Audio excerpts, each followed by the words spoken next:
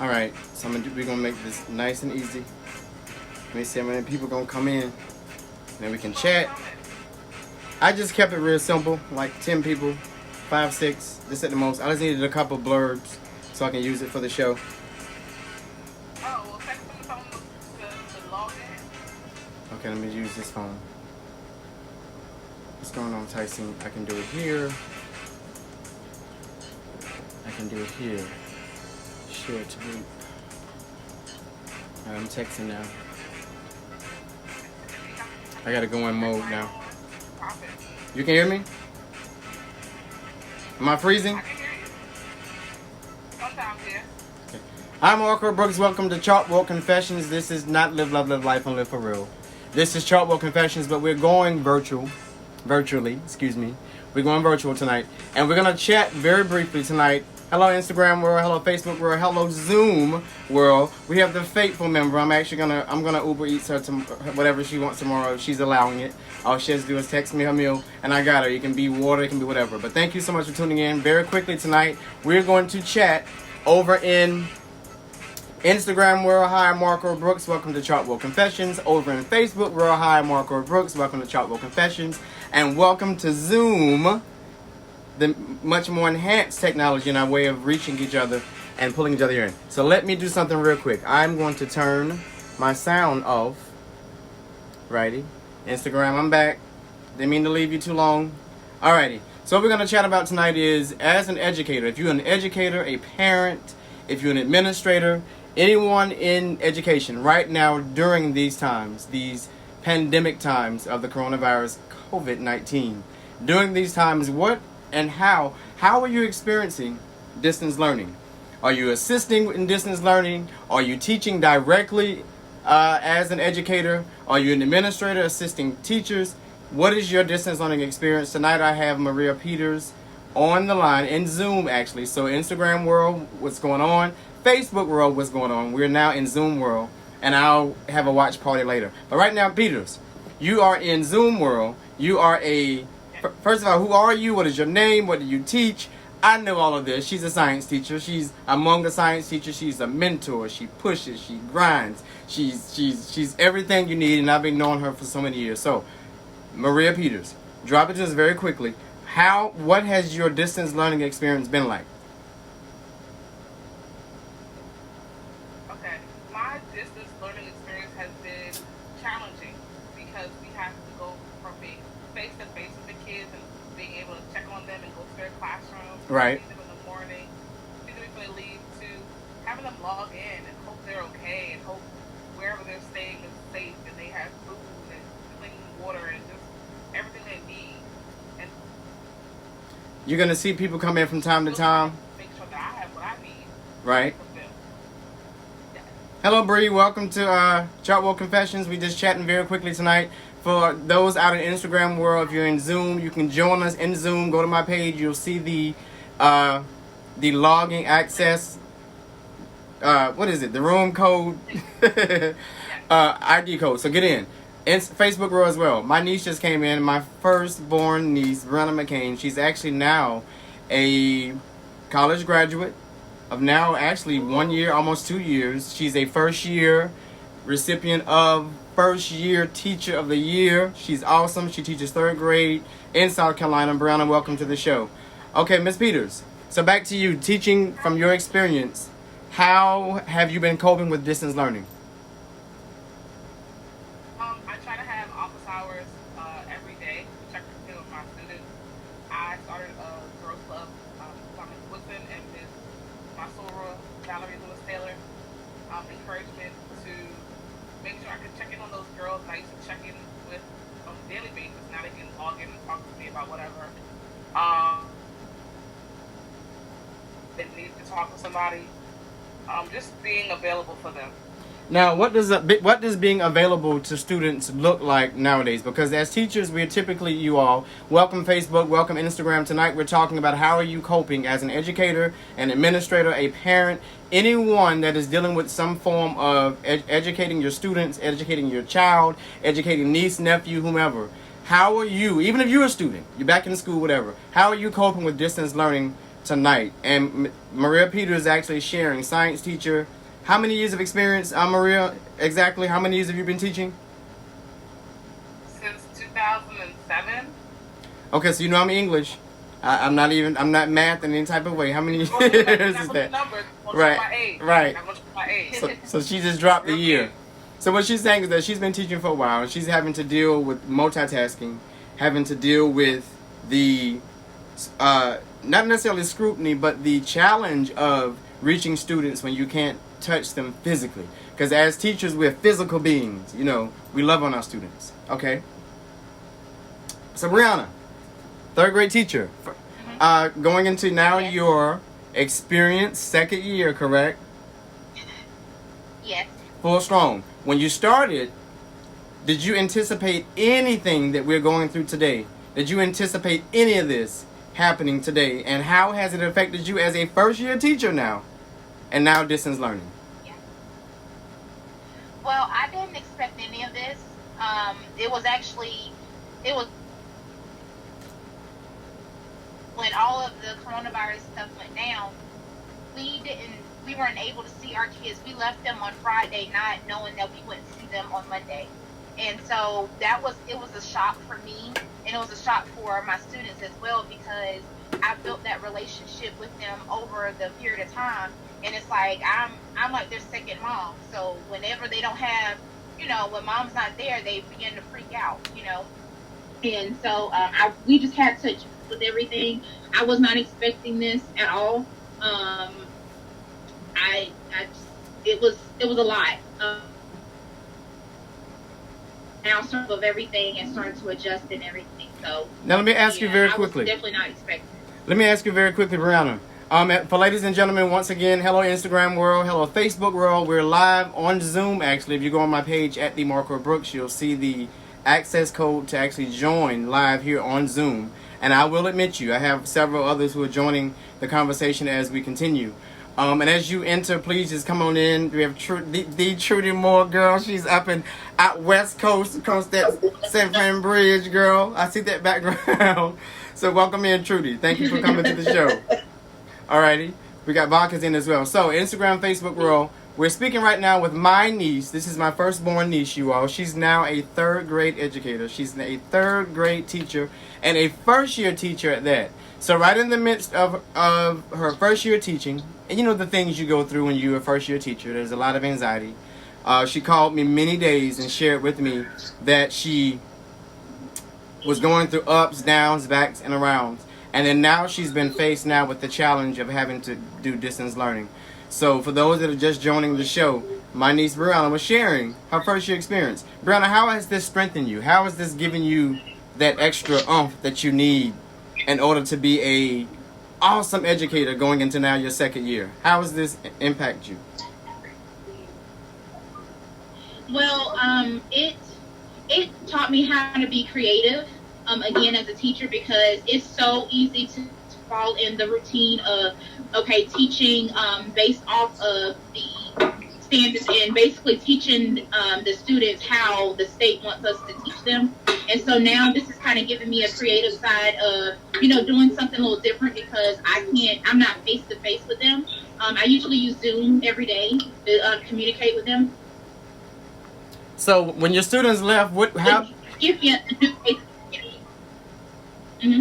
When your students left, how did the school prepare them? Did you all give them a packet? Are you online every single day? How does distance learning look?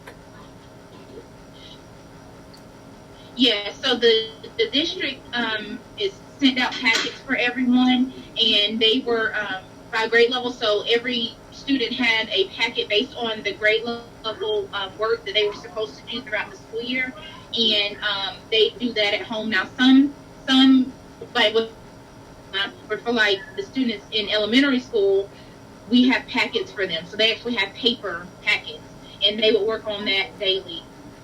And so most of the stuff is more like hands-on. Alrighty. Thank you, Brianna. So to Trudy, Leroy, thank you so much, Leroy. Leroy, Mr. Marshall, actually, Leroy, he just joined the conversation. He's one of my old co-teachers from way back in the day.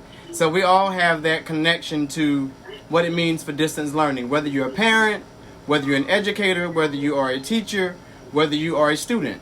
What is distance learning to you looking like for you daily? What are the challenges? What are you learning? How are you going to improve after this? What is the impact? Alrighty, share tonight if you don't mind. Leroy, share out. For me personally, distance learning has been a challenge as far as kids being able to attend class without certain parental involvement or distractions, rather, I would say. For the most part, getting used to the condensed scheduling of the distance learning, but due to the fact that I've been in a classroom setting where the minute time is almost the same that I have to utilize, I'm kind of familiar. And in addition to that, like the kids, they're actually logging on and actually looking for the instruction and looking for the structure. So based on my experience, Go ahead, you're fine. Continue. No, based on my experience, rather, with dealing with Google Classroom, actually this falls right into my lap. So, like, working with the kids and actually setting up a classroom structure, it's just like, okay, nothing really stopped, in my opinion, at least for my instruction. It's just like, okay, we had like a spring break, then we're back to where we left off, everything is rolling. Right. And then based on like the technology and software that we're utilizing as well, programs such as MobiMax, which is just like Alex, it helps bridging the gap when it comes.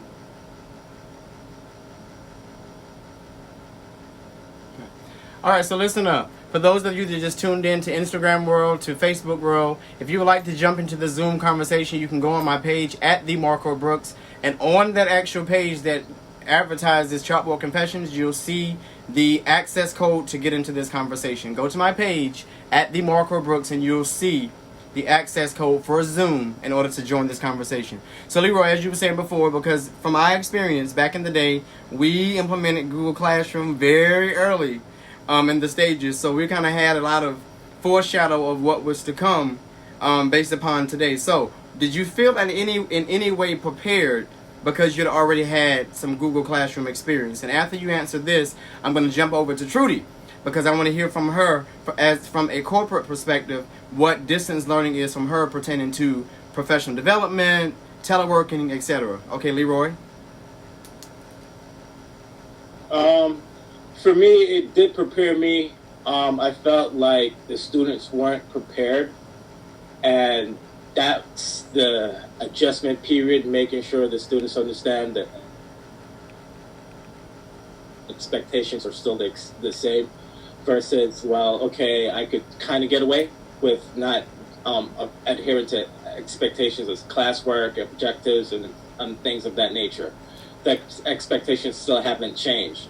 So for me, it just led me to be ahead of the curve and setting the expectations early and making sure that my team of students understand, like, the same expectations are going to be expected, even though we're far away from each other. And they love it. So what does that look like as an educator when you're rolling out expectations of students online? So you're an educator, you have undivided attention in the classroom. You can see, you can feel, you can touch. We're physical beings as educators. How do you get your students to interact online daily, and what does expectation look like? Is it, can they lay in the bed? Do they have to get up? Can they turn the camera off? Well, when it comes to expectations and making sure, like, as far as engagement, you guys, your PowerPoint slides, you could popcorn call, making sure that they're available.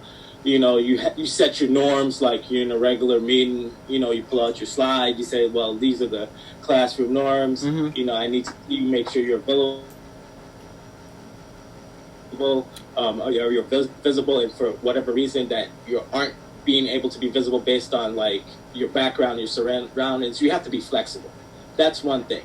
So if I can't really see you based on what you have going on, based on what I don't know, fine. But if you could answer and you're paying attention and you could type in the chat and answer the questions, I know that you're definitely engaged. Right. Now, if I see you prior to, you know, the meeting and you had a control in your hand, and I'm just like, okay, you're clearly playing video games, and then I call on you and you don't answer for about a minute and a half, I'm just like, okay, you're playing video games. That's a conversation. So you know the funny part across the board, not necessarily funny, but it's interesting, it's humorous. Students, no matter what school they're attending, no matter what ward, no matter what system, because my niece teaches in South Carolina, we're in here in DC, some individuals are out in Prince George County, excuse me, and there have been moments when I was teaching and I could hear a student clicking on their clicking on the game controller. So I mean, you know, those are the small moments. But does it give you joy when a student somewhat gives you that same getting attention behavior that they will exude in the classroom, and they're still trying to get that same attention virtually? Yes, it does give me that same joy. Sometimes, you know, you do have to figure out virtually how you can get what you need out of the student. Right. You know, but still keeping them engaged. And still keeping them engaged. Thank you, Leroy. Stay on though. Don't leave. And anyone else that may be in, I need to check the participants that are here. Please jump in if you're here. If you do have your camera off and you want to jump in and give us some feedback, please join in. Alrighty. So, Trudy, thank you so much for being a part virtually with us tonight. You will educate us from the perspective of a corporate individual, and she's going to actually give us some insight on what her distance learning has been like as a working professional, having to go through constant training and professional development. What does distance learning look like to you? To Instagram world, thank you so much for tuning in. To Facebook world, thank you so much tonight for tuning in. Alrighty, so who's going to jump in next? Some of you are talking, but your camera is on mute. So turn your camera on and join us if you don't mind, please. How do I do that, though? How do I invite everybody? Peters, save me. Invite everybody to what? Okay, thank you. So some people are talking, and their name pops up. Are they trying to join us? Do they have the ability to do this? These are the types of... So if their name is popping up, they might be speaking, but they're muted, so you can't unmute them. They have to unmute themselves. Mm-hmm. Or if some people are trying to get a key. Got you. Yeah. Okay, so some individuals are just listening. Alrighty, so the reason why I allowed that particular small teachable moment is because during instruction, these are moments where students have these types of complications, and they'll say, hey, my screen is not working, my audio is not working, I can't come to class today because I'm having all these technical problems. So, have you seen a surplus of students saying, hey, technology is not enhanced, I'm not technologically savvy, so I can't join the class. Can you please send me the information hard copy or electronically so that I can do it? Any challenges? Oh, Barkus is here. What's going on, Barkus? Thank you so much. You are my boss. My boss is actually tuning in. Our boss, Marshall. See, T. Brown is talking, but I can't hear him. I was going to say, I think that some of the challenges are not just technical difficulties, but the fact that everybody's on Wi-Fi, everybody's trying to access information at one time, is overloading the system, trying to cram so much in a short period of time. How many minutes are your Peters? How many minutes are your classes? 40 minutes. 40 minutes. Now, within that 40 minutes, do you find yourself giving quality instruction, surface instruction, or independent instruction? So I think it depends on where we are that day. So if it's a Monday, Tuesday class, which is different than Wednesday, Thursday, it's every day's quality, but it's service. That was a good save, girl. Girl, that was a good save. I'm glad you tacked that little part. She said every day is quality. But realistically, whereas on, of course, but Wednesday, Thursday is more so independent. They have to complete a task. They have to access the information on their own so that I can assess them. So, yeah.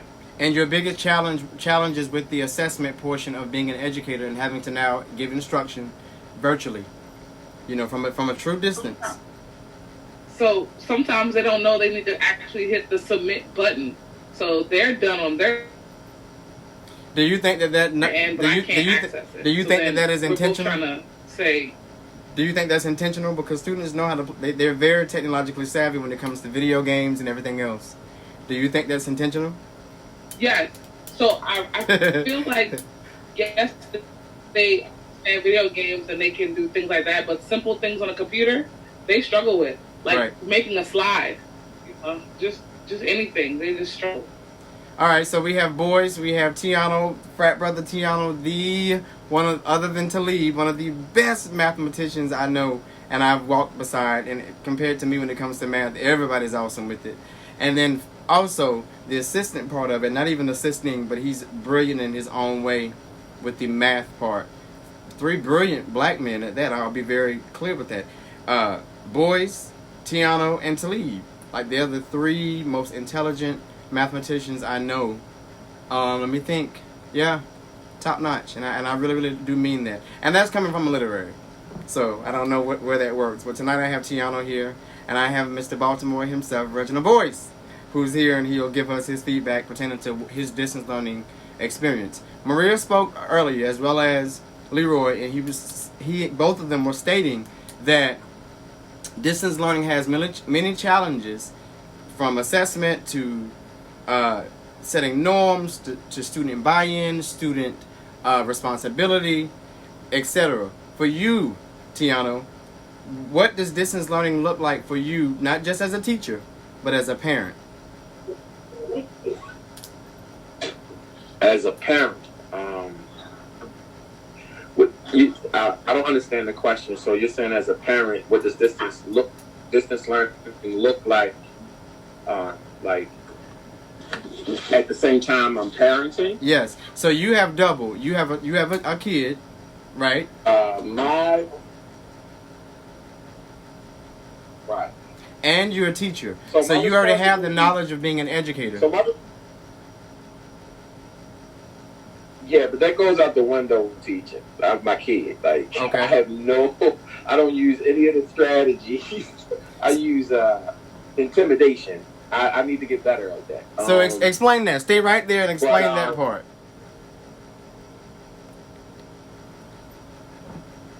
I just have I have short patience. I have no patience when it comes to him, especially when things that I believe he should know or we've gone over before.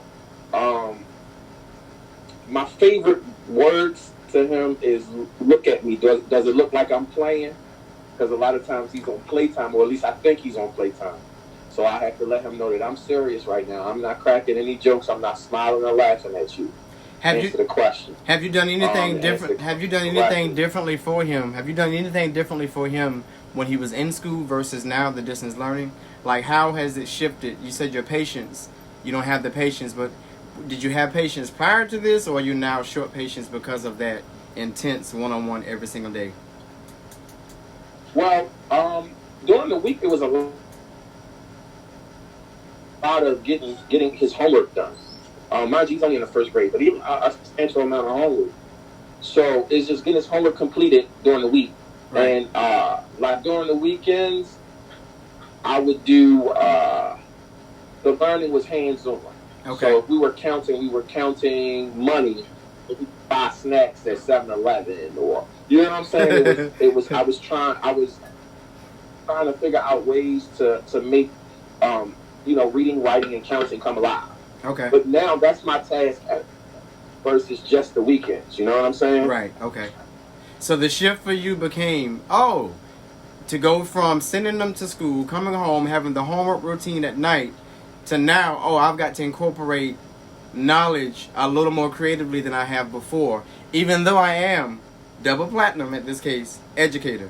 So you have the knowledge of being an educator, but you also have the knowledge of being a parent. And you said in this case your parenting took precedence over being an educator, because now you're dealing with your own flesh and blood, and those strategies that you learned in the classroom are not as accessible Well, not saying they're not accessible, but you don't. Do you intentionally not use those strategies, or they just don't work? You just throw them out of the window and you go straight to being common, being familiar. No, I just think when you're looking at somebody who looks like you kind of, it's hidden expectations that he's going to perform like you at that age. Okay. So, I understand. it's like, I'm looking at my namesake. He has the same name as me. He looks like me. Right. And he doesn't know what 9 plus 3 is. It's like, it's unacceptable. You know what I'm saying? Got you. It's not right. I mind you, it is not right. But I put a lot of pressure on him that he shouldn't have. Like, I should have just as much patience with him as I do with the kids in the classroom. Students. Very good. So I didn't mean to say very good because that's that teaching language. I didn't mean to say that. We've removed the 40-minute time limit on your group meeting. Okay. So, thank you for sharing that part because you shed light on it for me as I'm not a parent, but just hearing directly from a parent what it means to learn from your child as well. Because for me, it sounds like you're learning how to separate the two. And it's a thin line, it seems like. And I'm just glad that you were able to tap into, you know what?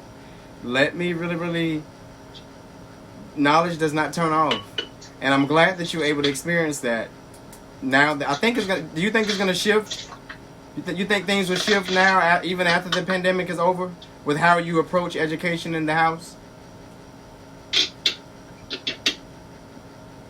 Will it be as intense? Well, when the pandemic is over, it'll be difficult because he has a full schedule. So you got to understand, like, we only had time for homework because he was swimming 2 hours a day. Right. He was playing soccer on Wednesdays and Fridays. Right. And you know what I'm saying? So I got you. he had a full schedule where it was like we're trying to get a bath time in, and we're trying to get dinner time in, and then by that time he's falling asleep. Right. So yeah, but I think I'm growing to learn. I think once he reached school age, I kind of forgot what kind of learner he was. Right. You know. And now I'm getting more familiar.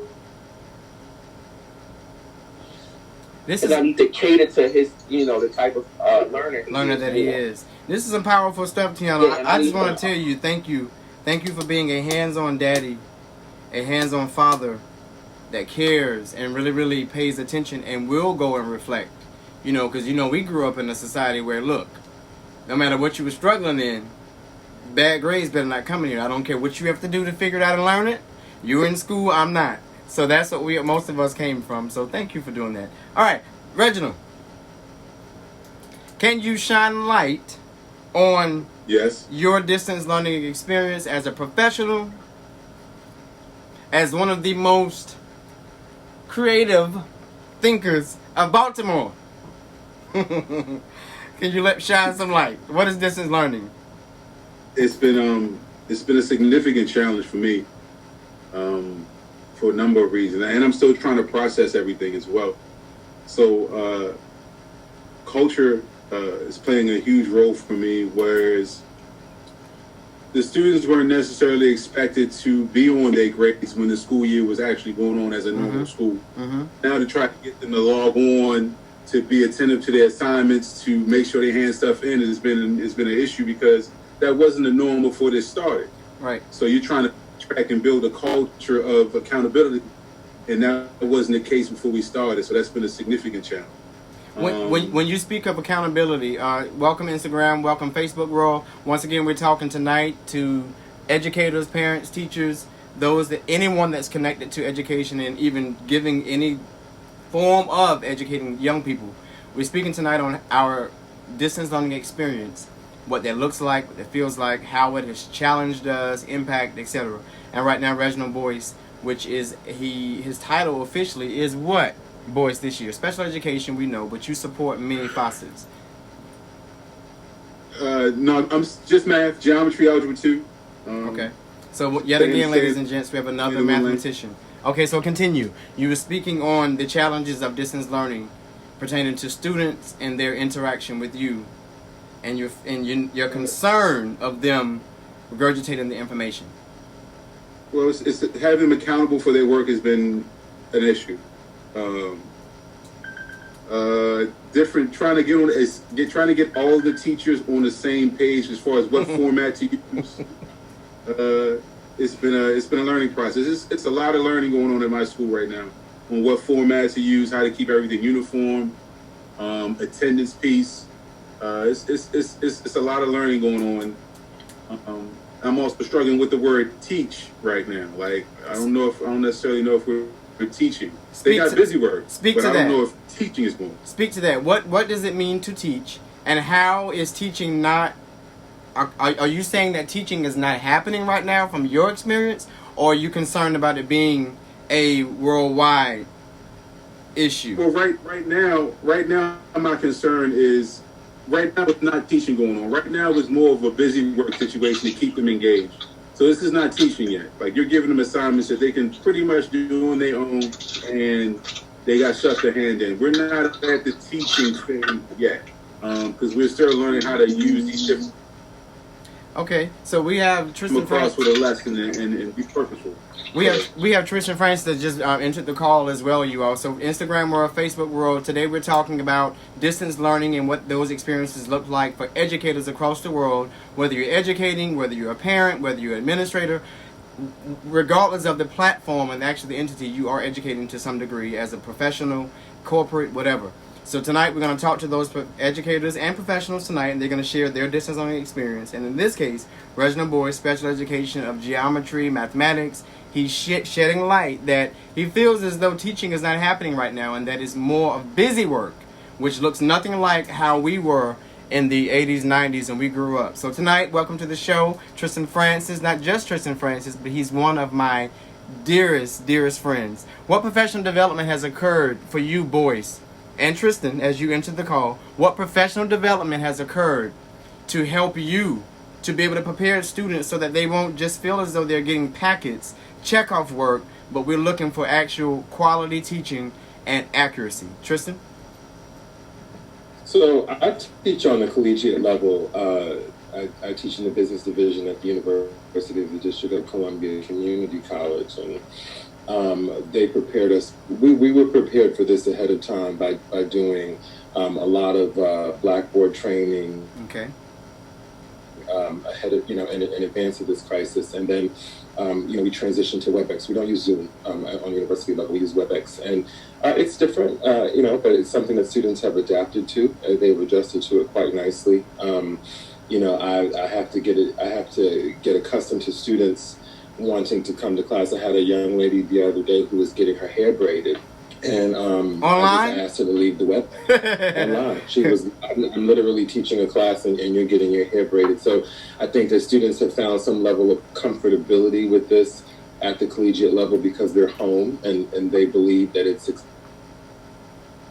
acceptable that, while I'm at home, I can be comfortable. You can be comfortable, but this is still a classroom for the hour and 20 minutes that I'm teaching you on this web platform. So some students have complained. Interestingly enough, I found that my attendance numbers were up. They really didn't have a choice, I guess you could say, with not coming to class. Can you speak sitting somewhere in the comfort of your home? Can you speak very quickly to the part about the attendance? Because I'll be honest, and Reginald, Boyce, you can also attest to this when it pertains to the challenges, because we just heard from someone who's in higher education. He's dealing with the same issues that we're dealing with in the secondary, of high school, middle school, etc. Attendance, students not being professional when they're on video, wanting to lie in the bed, wanting to skip, using excuses of technology issues. Tristan, can you speak directly real quick, if you don't mind, for us some tips on what you use to get students online pertaining to encouraging them for attendance? Do you count attendance? I count attendance, but I take a very different approach to teaching on the collegiate level. This is college. This is not the secondary level. This is not the elementary education level. This is college. And so the decisions that you make here will dictate where you go in the professional world. Right. I teach a very specialized, course coursework. I'm in the business division, but I'm teaching visual merchandising, intro to fashion marketing, and the principles of retail buying. And so I am literally training tomorrow's fashion professionals to go into a store and, just design displays, go into a store and be a marketing executive, or go into a store and literally buy everything that we're wearing. So, retail buying, I'm teaching the arts and visual merchandising, and, I am literally teaching techniques and theories in marketing. And so the choice is yours. I don't ascribe to begging grown people to come to class. Your grade will be an indication of your performance in this course. So when students say, well, you gave me a C, no, you gave yourself a C. Yourself a C. So if you decide that you don't want to come to class, I'm counting attendance, and the decision is yours. So I'm not threatening. I put it out there on my syllabus, and I'll provide friendly reminders throughout the semester. But on the 29th of this month, that's when my grades are due. So I hope that you get the grade that you earn. So what that speaks to for those that are in, and I'm so excited tonight because once again I have my firstborn niece. She's a third grade teacher now. She's an educator. She teaches third grade. My experience ranges from, oh my God, from fifth all the way up to college, because I taught freshman comp English in college for many years. And I was able to take that knowledge that I've had with teaching college students back into the high school to prepare them so that by the time they reach college level, those gaps were actually filled in. So I'm asking now the question on the floor for those that are in. We have third grade, we have high school, we have college, we have different levels. To Instagram, Facebook, welcome to the show once again. We're talking tonight about the distance learning experience for educators, administrators, parents, teachers, anyone who's in the vocation of educating and having some influence on students academically currently right now virtually with distance learning. And the question is, how can colleagues who are experts on platforms, Trista spoke to this earlier, although we're teaching secondary, elementary, we're all considered experts. So how can colleagues who are experts on the platforms support with immersion in the platform usage? What that means is this: how can we as a team, regardless of what level we teach at, how can we enforce distance learning virtually so that students are prepared no matter what level they're learning on? Share, please. Well, me personally, when all this went down, the district as a whole was trying to figure out, okay, how can we be able to teach the students without being in the classroom? And so we were trying to find basically all of these virtual websites, to use and everything. And so I had to kind of teach my colleagues about Zoom, because they've never heard it before, never used it before, but I use it personally for my side business.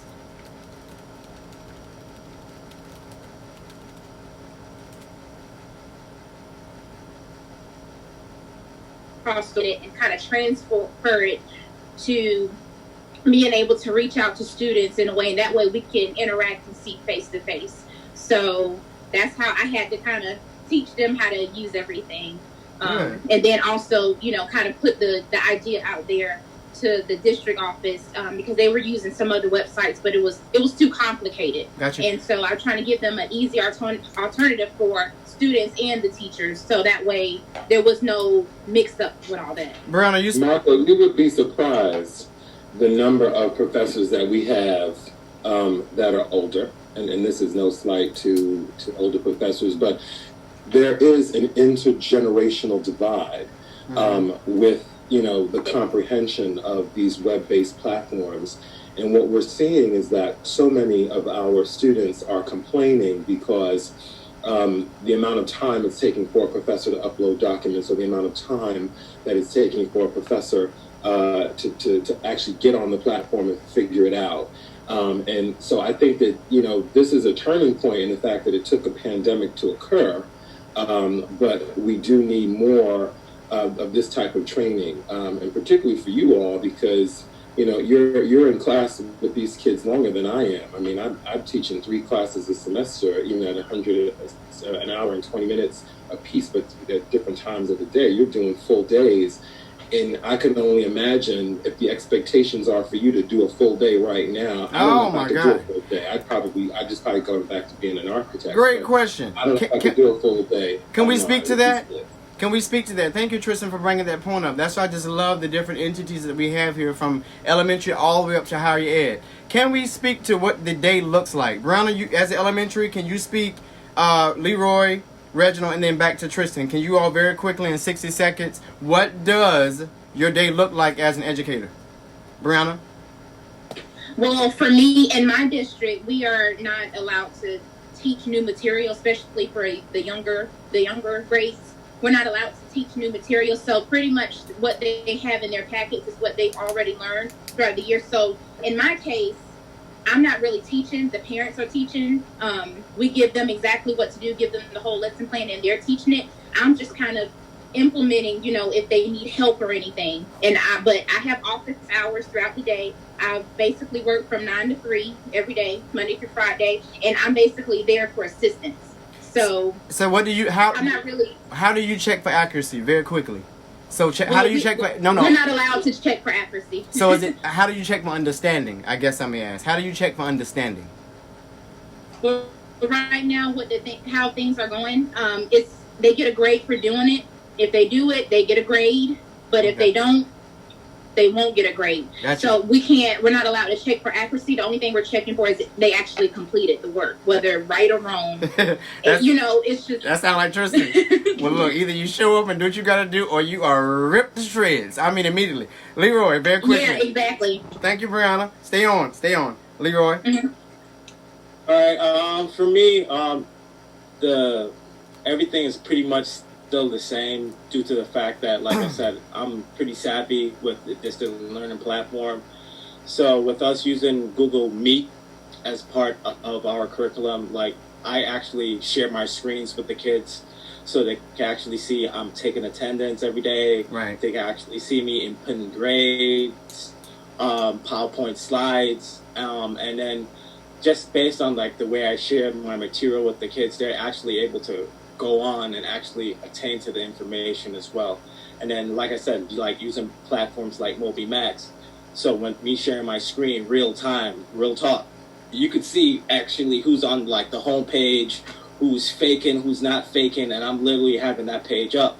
Right. And I actually have a co-teacher who's my eyes as well. So who's paying attention as well on the opposite side. I'm communicating with him, and it's just like we're running like bounce passes, right, making sure kids are actually adhering to like what's going on. But for the most part, like the only difference is like for me with like dealing with middle school kids, they love the technology, and as long as they're like really into like the class subject and the engagement, like they're in there. And then I just don't use one platform, I use multiple platforms. So it's just like I'm not going to keep you bored being there for the 40 minutes. And mind you, my class period is for 40 minutes. Right. However, I actually do have an actual 15 extra minutes to utilize. So I actually tell my kids straight up, look, my class is 55 minutes. I don't care what everybody else is doing. Marshall's class runs for that hour. And that extended 5 minutes. That extended 15 minutes. That extended 15 minutes, is that designed for office hours, for student support? It's more so designed for pretty much student support, office hours, and engagement as well. So while you are actually working on your assigned lesson on, say, for example, MobiMax, if there's any questions, you could put it up on the screen. You could share it with me. Classroom, virtual classroom, where other kids could meet me or the co-teacher, and we could discuss whatever they're having difficulty with. Very quickly, for those that know, 15 seconds, what is MobiMax? Very quickly. MobiMax as a resource. What is MobiMax? MobiMax is a platform just like anything else, like Alex, but it has virtual, like, many different courses from English, social studies, reading, just like Khan Academy. Okay. But it just helps with bridging the gap when it comes to closing the achievement gap, for grade level purposes. So for those that are viewing into Instagram or Facebook, as well as here in Zoom, a couple of resources that you can use if you're at home with your students. You're doing a lot of homeschooling at this point as parents. You can refer to resources such as Newsy LA, Common Lit, MobiMax, right? Moby Max, Yeah, Moby Max. Khan Academy, which I know Khan is a math, Academy. right? So these are just different resources, and I'll actually post these on my page following the show. I'll post the resources that you all can use as parents, aunts, uncles, grandmothers, whomever is supporting in order to help learning to continue, because we want the integrity of learning to continue. I feel as though this distance learning, virtually learning, should have just enhanced learning. You know, I've been a student for a long time. I'm into my last year of finally finishing my doctoral degree. I'll soon be Dr. Marco Brooks as of next year. So I'll be Dr. Brooks next year. So I truly do understand the virtual learning of the virtual aspect of learning. However, it's a disadvantage if teachers are not actually using this daily. Alrighty? Boys, and then we're coming right back to Tristan. Reginald? Yeah, what was the question again, please, so I can... The question originally, we were speaking to teaching, and we spoke about what is teaching, the integrity of education, the integrity of keeping it being more than just a check-off and participation to actually being able to check for understanding. How do we keep the integrity of learning through this distance learning, virtually? So you're speaking to the integrity of learning. I am the man to answer that question right now. I don't have an answer to that question yet. I'm still trying to figure out my way into engaging my students, especially my special ed population, who needs the assistance, who needs the supports, who needs the organizers. They need that interaction in order to help them learn. And being in this distance situation has kind of left them out, kind of left them totally out. When you say them, who are we speaking to? Who is the them? Excuse me. Who's the them? Who's the them? Them are my IEP students, my specials. Okay. My who need the supports, who need the services, who need other and extra, and it's very challenging to get that to them, to get them engaged, to get them learning. So I'm trying to figure out a way to bridge that gap, and it's challenging. It's very challenging. Do you feel as though receiving what type of professional development did you think you could receive as a special educator supporter? What type of professional development do you feel you would need virtually in order to support students who have identified IEPs, 504s, any type of support that they would need additionally as students, virtually? Good question. I don't know yet. I'm pretty familiar with all of the platforms, so it's not a function of me accessing. It's a function of getting parents to understand, because that bridge is like the parents or that whoever that person is at home with them to help them to teach the parents what this is, what this looks like, how their student learns, because they don't know. So I find myself right now teaching a lot of parents of how to help engage the students so I can get to them. And so, my last point to that is, even with you still learning, what can you bring to the table when it comes to parents? What can you tell parents so that they will feel supported, so that they'll feel the confidence that they'll have from you as an expert, even though you're not in the classroom any longer? What can you say to them or give them that'll make them say, hey, even though teachers are being challenged right now with the distance learning, I know that my child's still in good hands? Well, that's just right now. It's just communication. I mean, I'm with them every day. Like, I got to call my caseload every day and talk to the parents every day just to check in to see what's going on. And to answer questions and problem solve, or to support, or to tell them to back off their kid. Like, it's pretty non-stop right now. That's why I'm a little befuddled or don't have any answers, because this is really this is a lot of learning on the spot, a lot of throwing things against the wall, see what sticks kind of situation. So I'm really humble right now, and I'm really listening. So I don't have any answers. I'm just trying everything. Well, I hope by the end of this particular show, we would have shed some light for you, Reginald, so that you, in return, can take that back sincerely and be able to really make students know that virtual learning should not be a way of that learning has stopped. If anything, learning should have been enhanced. We should have already been using technology and learning virtually. That should be infused throughout our learning, no matter what. So thank you so much. Thank you so much, Reginald, for that. Alrighty, so we bring that right back to Tristan. Tristan, last to recap this final thought when it pertains to the teaching aspect.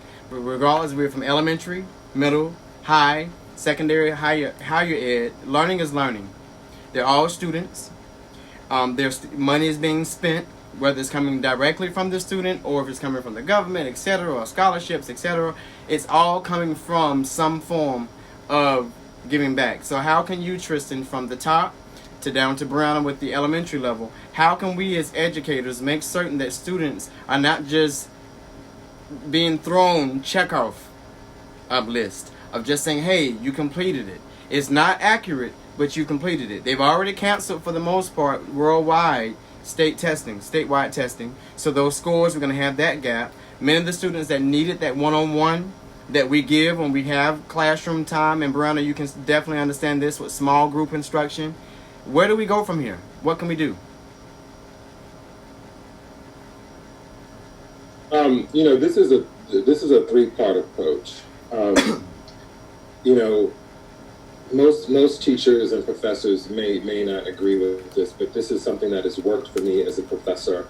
This is a partnership when you walk into my classroom. This is a partnership.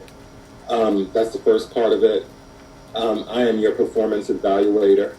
And with any performance evaluation, you're learning from that person because they're giving you feedback. And the feedback is ultimately a two-pronged approach in that I'm teaching it to you, and I'm also probing you to give it back to me, in the form of an evaluation, whether it's a test.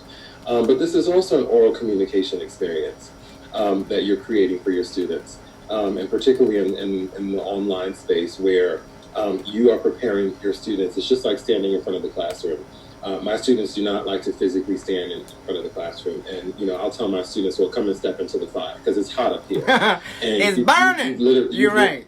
You literally got to be able to stand on hot coals like I do for an hour and 20 minutes every time to do this work.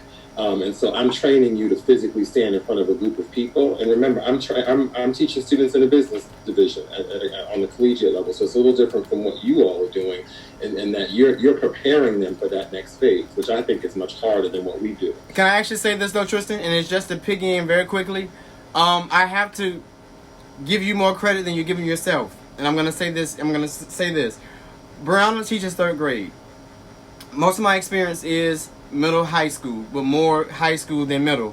Leroy, etc., etc. We all have that conglomerate of experience from the bottom to the top. And one thing that I will say that you've shared consistently from higher ed down is that students need support.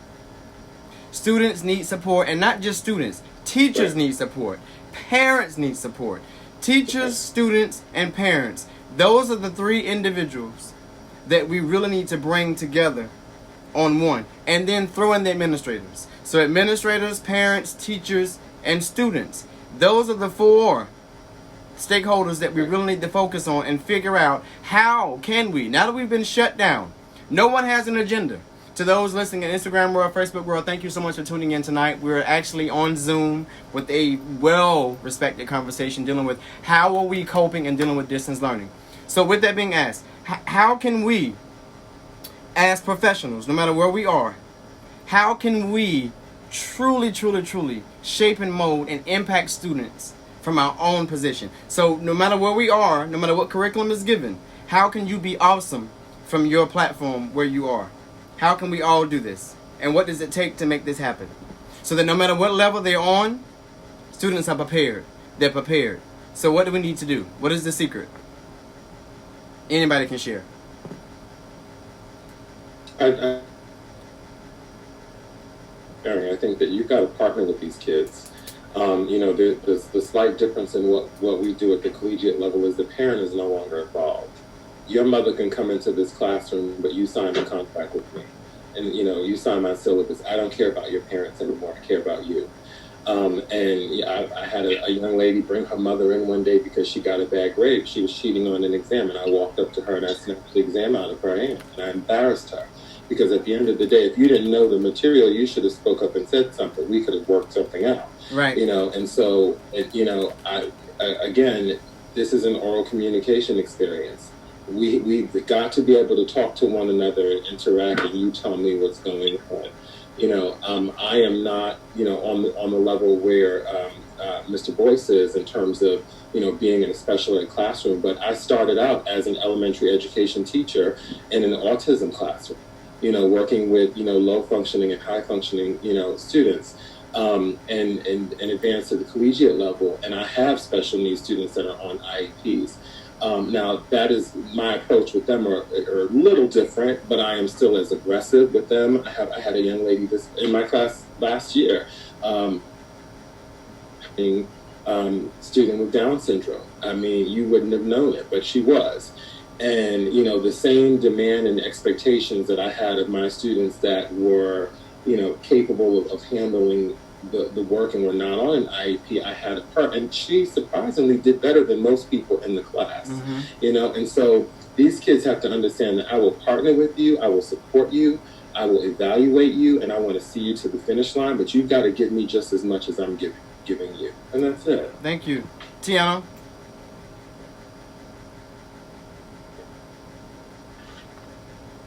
Hello? Tiana? Can you hear me? Yes, we can hear you.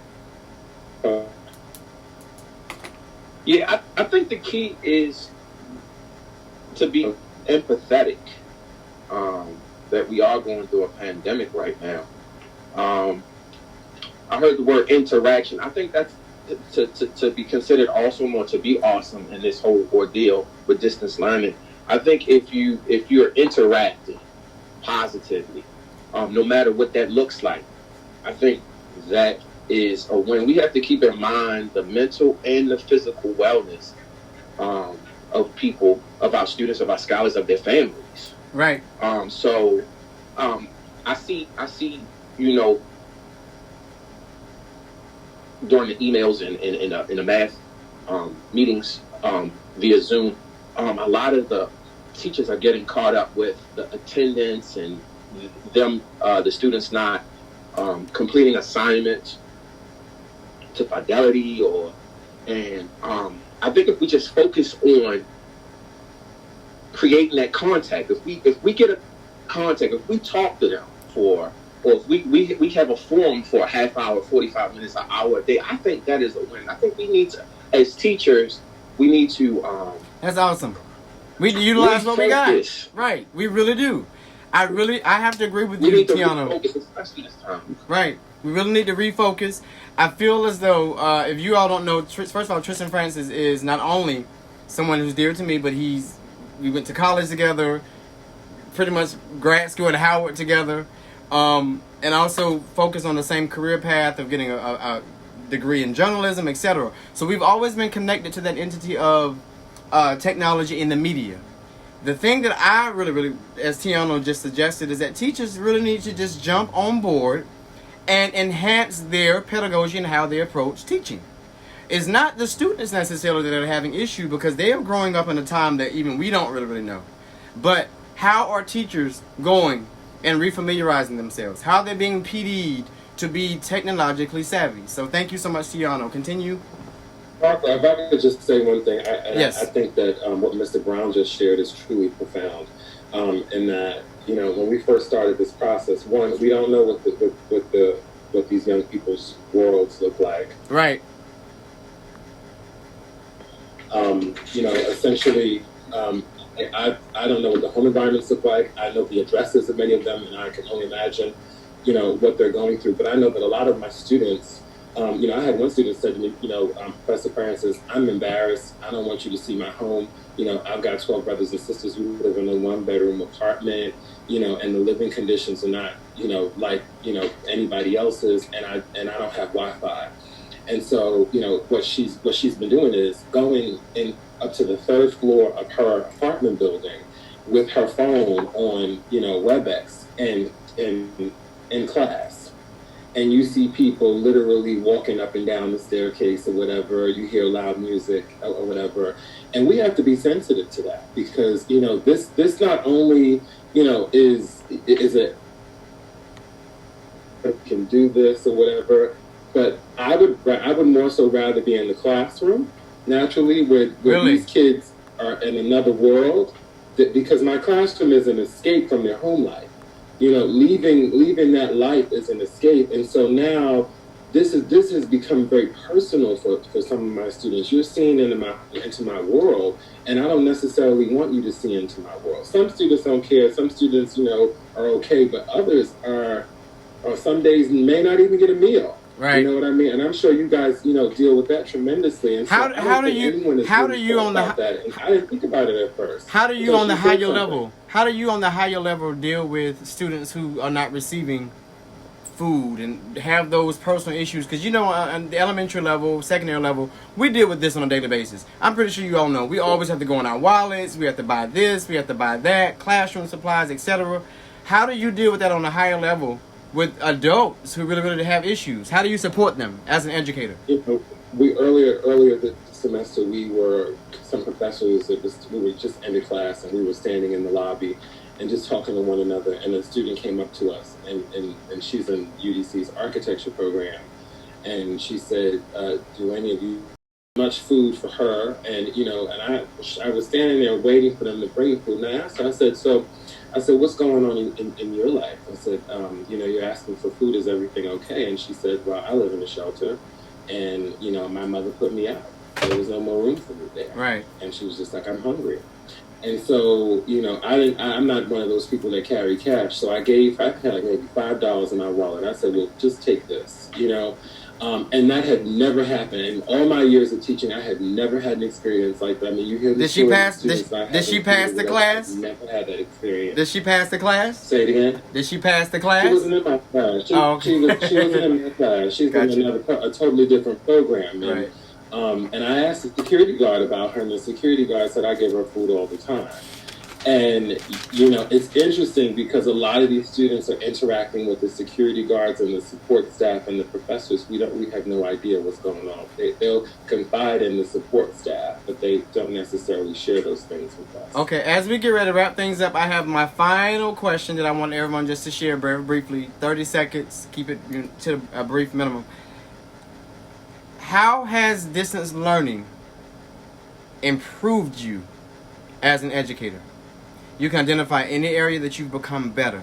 It doesn't matter what resources, what challenges you face, no matter what you're going through. How has it improved you? Like really made you sit back and say, hey, I need to do better. Or I can do better. I can do this, I can do that. How has it improved you, this whole pandemic? Shed the light.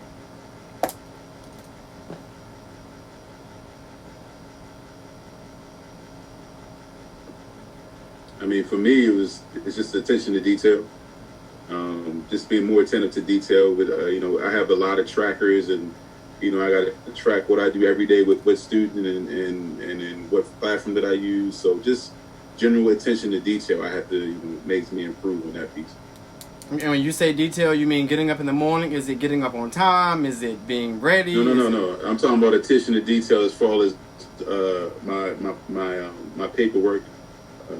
My lesson planning, it has to be more precise because I'm not there, so I can't assume steps are going to happen. It has to be, precise. It has to be more accurate. It has to be more broken down so they can truly understand what's going on.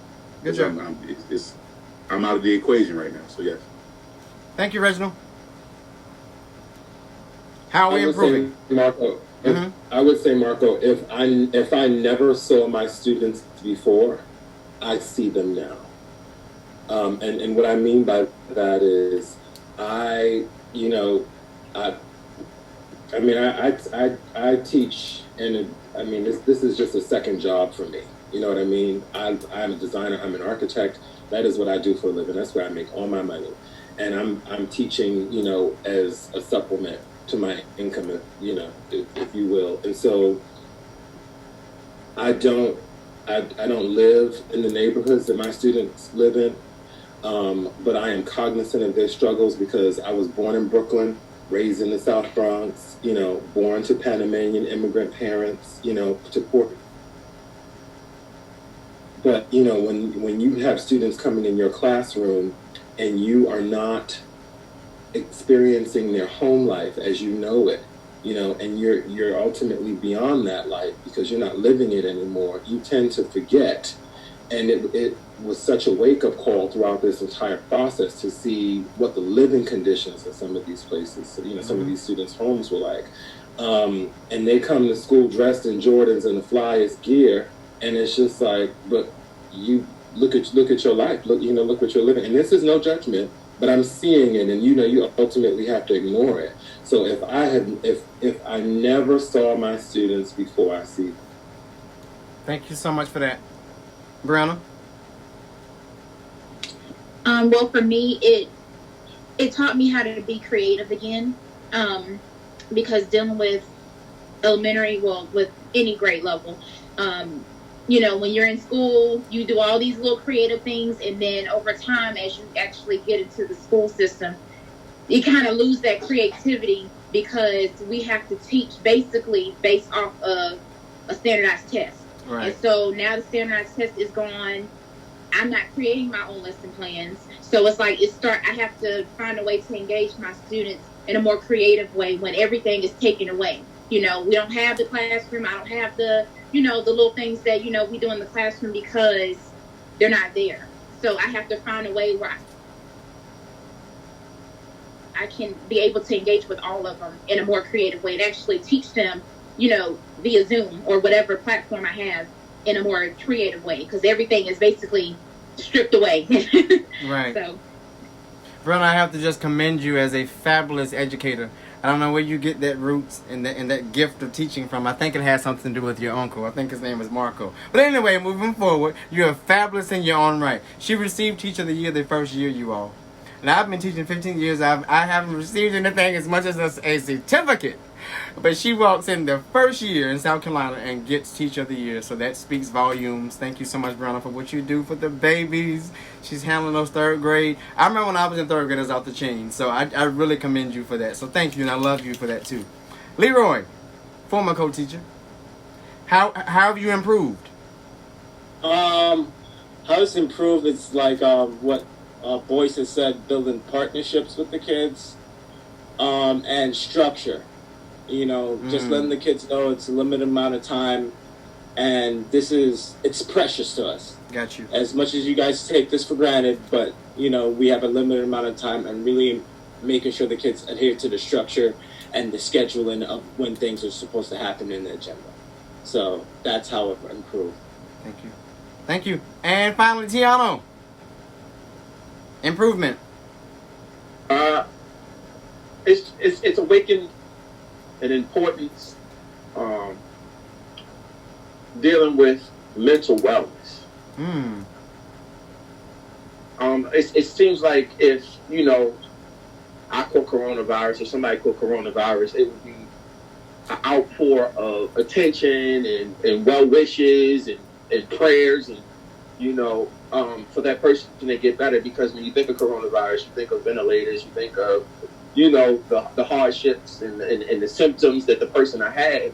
But you got to understand that if you could mentally be going through it, but yet there's not an importance because you cannot see it unless you act out. Right. So the anxiety and everything that comes with being quarantined and facing just the idea of someone might be taken away from you, right, or you might die if you contract this. Right. Fear, just dealing with fear can bring a whole bunch of things mentally into your world. So I think now, before I knew mental wellness was important, but I wasn't checking on people like I was supposed to. Now I'm checking on folk, making sure they're good. Mentally, so it's like, how are you? I just don't stop at, oh, I'm fine. No. Tell me, how are you? Are you okay? How are you doing? What you doing? How you feeling? What are you feeling? So right. It's just awakening an importance for mental wellness. And as I recap all this, you all, I just want to say to you all, first of all, thank you so much for taking time out of your own personal schedule. I know that we're all on lockdown with quarantine, but just the mere fact that you got up, you saw it purposeful to log in just to share and shed some light. I don't know who will be affected by the message or who will be encouraged or inspired, but I'm pretty sure someone will walk away after having seeing this show being inspired, because we have elementary, middle, high, college. We have all the different entities right here. And I just want to say to each and every last one of you, you are an expert in your own way. You are an expert in your own right, and you are respected for that. So thank you so much for what you do. To Instagram world, thank you so much for tuning in tonight. We talked about coping with distance learning. Facebook, thank you for being so faithful to me. This is not Live, Love, Live Life, and Live for Real. This is Chalkboard Confessions. But thank you for tuning in tonight anyway. Thank you, Teddy, for tuning in. Live, Love, Live Life, and Live for Real is on Mondays. So see you on Monday for that. But for Chalkboard, thank you for tuning in. I had experts tonight. Boyce gave us his insight dealing with what his takeaway is from this distance learning experience. He said that details, accuracy, and preparation is what he's looking forward to, and actually, I guess molding himself in to become better in those areas. Tristan actually came with saying that he is cognitive of his students. He's aware and he can see them now. His phrase was, "I see my students now." You know, he's connected to the support that they may need, the resources that he can actually provide. And Tristan, thank you so much on the higher ed level, because so often people think when you become an adult that you don't need support anymore, and you still need support. Whether you are an adult professional, whether you are a young student or an older student, we all need support. So thank you, Tristan, for your insight and your patience.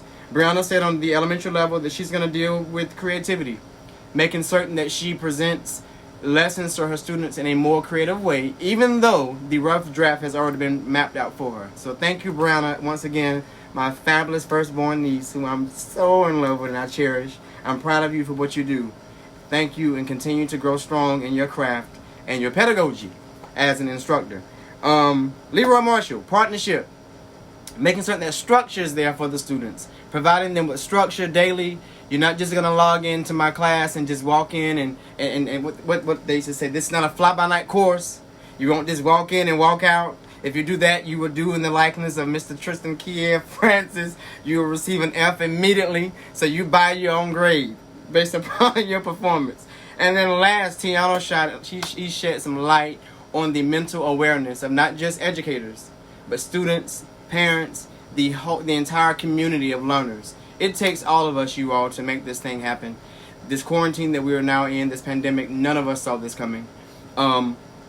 Even if you had insight, none of us saw it at the level that we're experiencing it. But we're prepared, and we're experts, and we can handle this, you all. You have what it takes to walk into your classroom, whether it's physically, seeing them face-to-face, or virtually from your computer.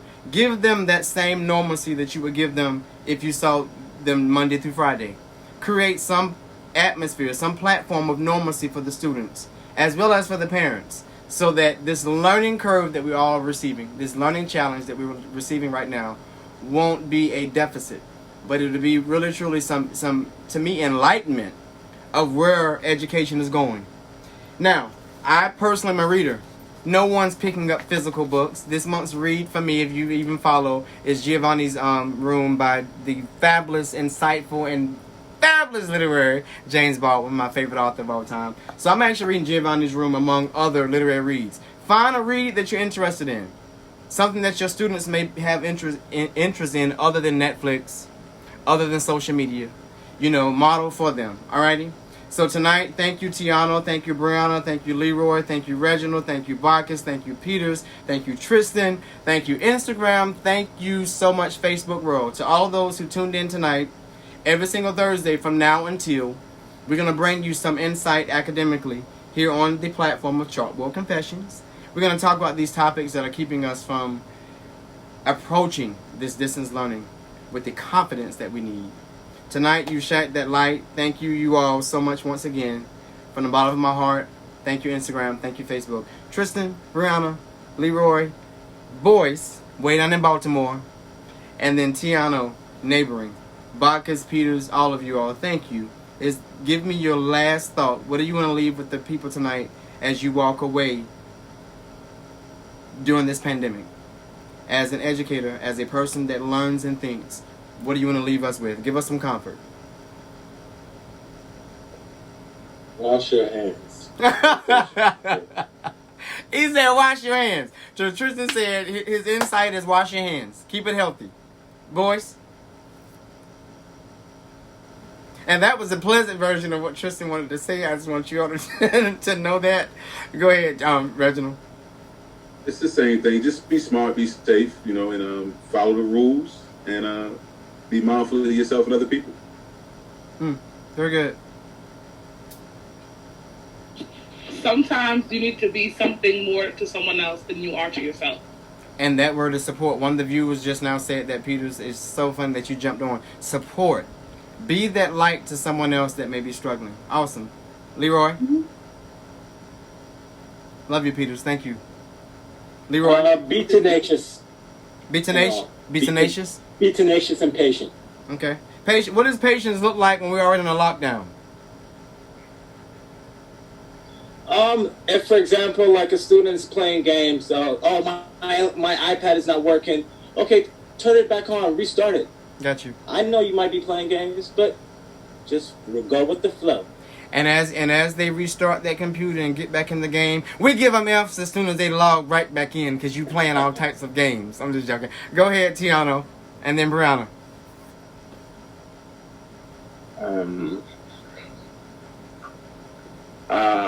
Just challenge yourself to change the world with your love. Yes.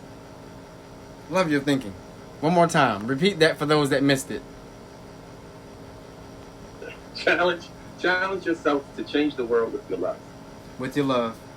This is not the Live, Love, Live Life, and Live for Real platform, but we're going to keep love going even in Chalkboard Confessions, because in order to confess it, to get them to learn, you got to have a relationship. You have to have a connection. You got to have a relationship with them. Parents, students, teachers, admin. Brianna. I would say to just keep being positive, because they're watching us, and if we're freaking out and being negative, they're going to feed off of that. And then, I always say that this is the new normal. This is the time that's setting the new norm. What used to be won't be anymore. No. So, yeah, just my main thing is be positive. Thank you all so much. I could sit and talk to you all night, but I'm not going to hold you up any longer. From the bottom of my heart, from my platform to yours, here on Chalkboard Confessions, one thing we try to do is make certain that people know that we are teachers and that we're not afraid. We're on the front line, and we're making certain that we shape and mold the thinking and the hearts of all the young and the youth that are to come for tomorrow's generation. Thank you all tonight so much for tuning in to Chalkboard Confessions. Thank you for your comments. Thank you for your insight. Thank you for your expertise. You are appreciated and you matter. From my platform to yours, to Facebook, Instagram, thank you for waiting so patiently. I know we were on Zoom tonight. I know that you all patiently sat and waited in your comments. I thank you. I love you. I will see you all every single Thursday here. When not here, I'm there every single Monday for Live, Love, Live Life, and Live for Real inspirations and aspirations. In this case, for Chalkboard Confessions, we want to continue you all to give our students the best possible education possible within not just Washington, D.C., South Carolina, all over the world. I want to make certain that I, too, can help you to be able to just shed some light. You're not in this by yourself. We're all sharing the same struggle across, not even struggle, but challenges across the world. Alrighty? Give it one day at a time, ladies and gents. Stay positive. Stay in the forefront for your students. They need us just like we needed our teachers. Alrighty? For my platform to you all, once again, thank you. I owe you big. Something's coming down the line. Have a good night. Thank you once again. Be safe. Be loving. And more than anything, remember to always tune in. I'm Walker Brooks, your host of Chalkboard Confessions. See you next week. Good night, you all. Thank you. This is awesome. Thank you all so much. Thank you, Maria. I love you.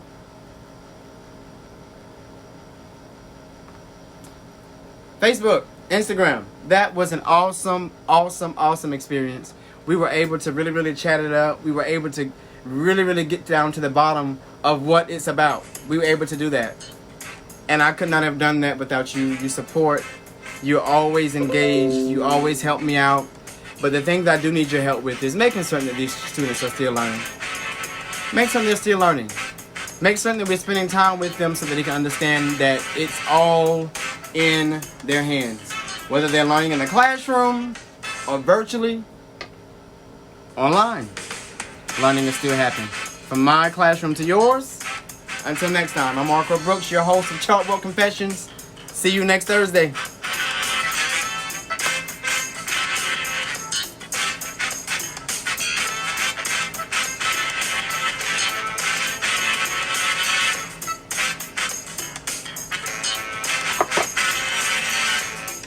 Have a good night, you all. Thank you. Have a good night.